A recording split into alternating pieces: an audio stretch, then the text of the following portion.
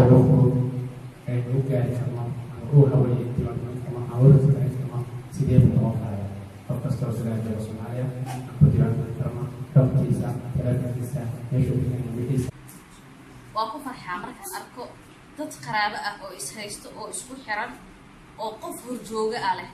waliba waa ku taageeraayo waa ku amaanaa waxaan qaban karnaa in ardayda si salaam ah ku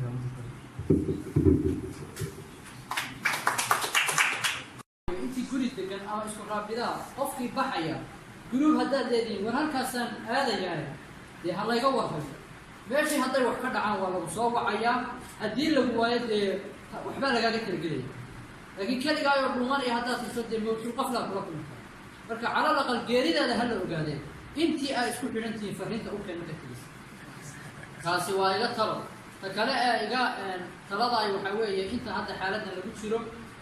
socodka kan in la yaraysto oo aan aadba loo socon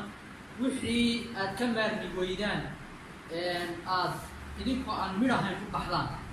halkaa waxaan kusii akidayaa guuraha habeenkii marka waxyaabahan oo kala dhacan tuug baa soo baxda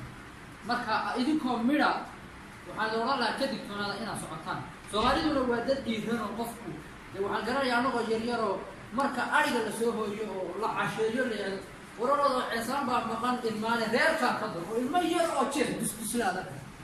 soomaaligu ma boqo marka laakiin dadkan xidiyo uma baahna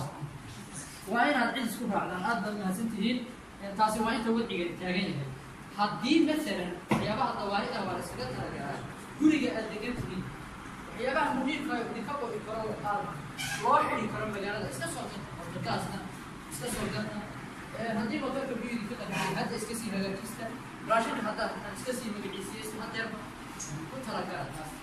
taasi waa wadciga labaad waxaa weeye hadday degto oo sideeda ku sii taana ka hadli maayo dee saynu rabnay hadday xumaato waa marka koowaad horta rawaabidda iyo ardayda fikrad ahaan wixii aan leeyahay runtii maaragtay wixii ugu muhiimsanaa waxaa dhahay walaalkan welidaada mahadsan yahay aniga xuseen ahaan waxaan soo jeedinahay in ardayda horta laba wax horta laga saacido midow waa amni midda amniga waxay tahay in ardaydan aan wacyi jirin sida ay sheegeen walaalaha maaragtay inaysan ku dhex milmin dadka suudaanta annaga dad ajnabi aan nahay nala soo dhaweeyey inaan u dhaqanno dad la soo dhaweeyey oo martiya oo maaragtay meeshaan waddankan qariib ku eg taas waa inaan maaragtay aan ka wacyigelina ardayda qolo kasta waxaan filayaa maaragtay ururo iyo rawaabid iyo waxay ka socdaan iyo ururo siyaasi wax kasta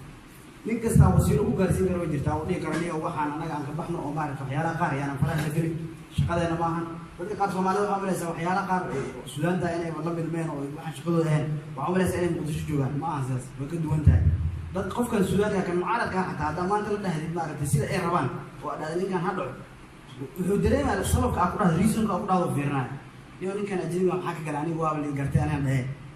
meesha waxaa usoo baxaysa inaad shaqo ku lahayn oo aad maaragtay dan kale leedahay marka inaan waxyaalaha qaar ku mila ardayaan nahay waxa tusaalena u filan ardayda kale maaragtay asaa keenaa oo suudaan joogo sida u dhaqmaan oo kaliya calaqan oo dhaqan